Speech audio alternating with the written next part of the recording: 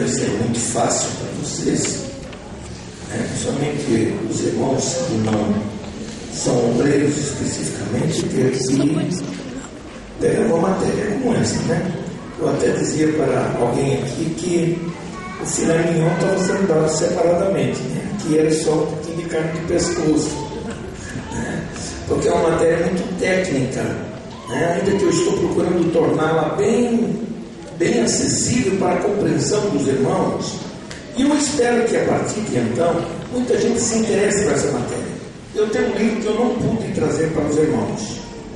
Tem um livro na idade, que é um livro de homilética, escrevi bem quando a idade começou, e eu tenho um livro de homilética dentro da idade, e tem um segundo livro que eu escrevi ano passado.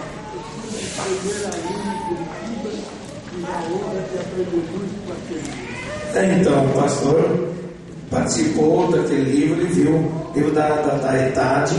Eu escrevi um segundo ano passado, que os alunos do curso básico e o médio, curso médio, né?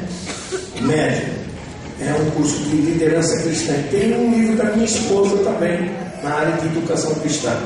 Mas esse é um livro que a Casa Publicadora lançou, e é hoje um dos livros mais vendidos na CPD. Quando eu cheguei na casa não tinha nada, porque tinha acabado, as escolas utilizam para aprender, chama-se O Pregador Eficaz, na Casa Publicadora, e é um livro que ajuda tecnicamente como um pregador pode aprender a desenvolver